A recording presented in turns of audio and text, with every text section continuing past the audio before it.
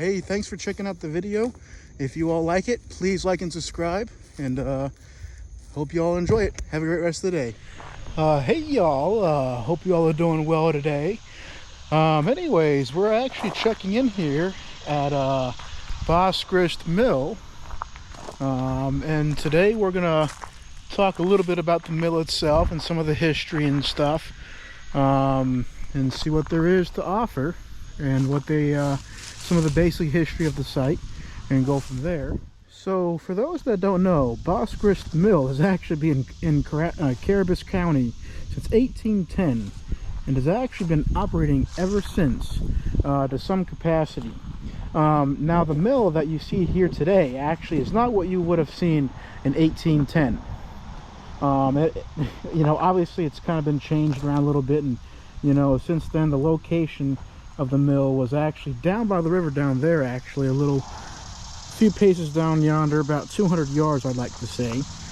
And of course some of the stuff has been updated and changed out, and I'm going to kind of get ahead of myself when I say this part, but about 1908, 1910, there was a flood, or like a severe storm, and actually caused some of the river to kind of overflow, unfortunately, and it kind of knocked what the mill they had down there kind of off its base a little bit. But a little bit more about that in just a little bit.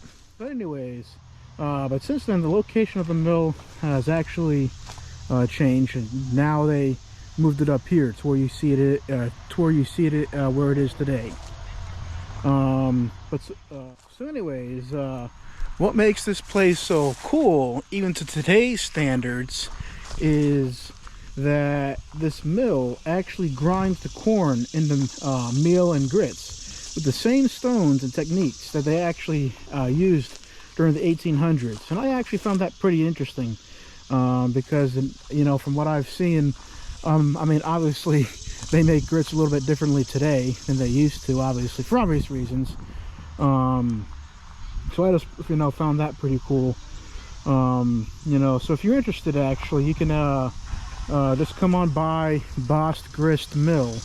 I'll have the name in the description, and their website and other information in the video description, so you can give them a call and get the address, and give them a call as well. And they're actually willing to ship, so that's even better and makes things a little bit more convenient for those that want to have grits that were made using historic methods and the same stones that they did at that particular time. Now, as far as the historical significance of these mills, is that most people don't realize how important these mills were to the community during this time period, especially, I mean, just in general. Is that you know, they were I guess, for lack of better words, they were kind of a center stone in a sense, maybe, to some extent. They were generally the first things to have been built, sometimes in a particular area, you know, and often being built before churches or schools and whatnot, to that extent. So the building that you see today, you know, see here, actually dates back to about the 1870s, where the water wheel, you know, of course the water wheel that they had for this particular mill created about a 15 horsepower output, I guess, for lack of better words, allowing the mill to actually produce about 150 mils, or sorry, bushels about a day. Sorry. But it did about, you know, that was pretty much the general, or the basic output that they had. And of course the mill you see here uses, and has always used, the French, gosh, what's the word, burr millstones. I guess it's kind of what they had mentioned to me before. But anyways, they were actually, the stones themselves were highly valued, and they were a high valued possession in its day, as compared to some of the local granite grinding stones that were used by other mills and stuff. But anyway, some of the reconstruction that was actually done to the building was done in about 1908.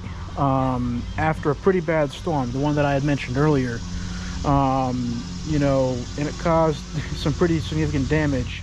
And, you know, of course, the water level had risen and it kind of knocked it off its base to some extent.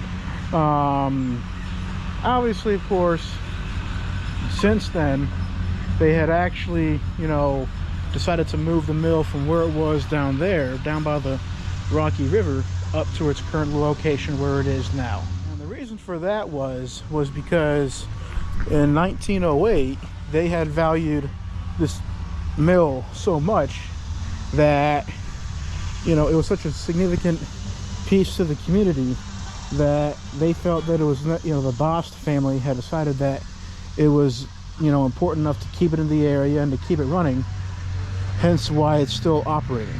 Now, and as I've mentioned before, this mill is still in operation to some extent, but they do things a little bit differently now.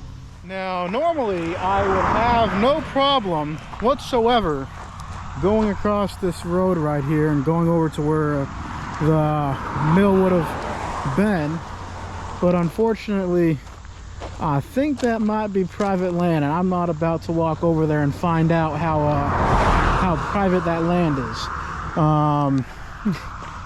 Anyways, but I'm sure if you were to find out who the property owner is, I'm sure they'd probably have no problem with you going over there and checking out. I don't know if it's part of the mill's property or not, but oh well. Now, this is the sign right here at the front entrance. Again, it's Bost Grist Mill, established in 1810. Now, doesn't this look like a cool piece of machinery right here? Who wouldn't want to use this? I know I would. Some of the stuff on the site here involving some blacksmithing and sorts.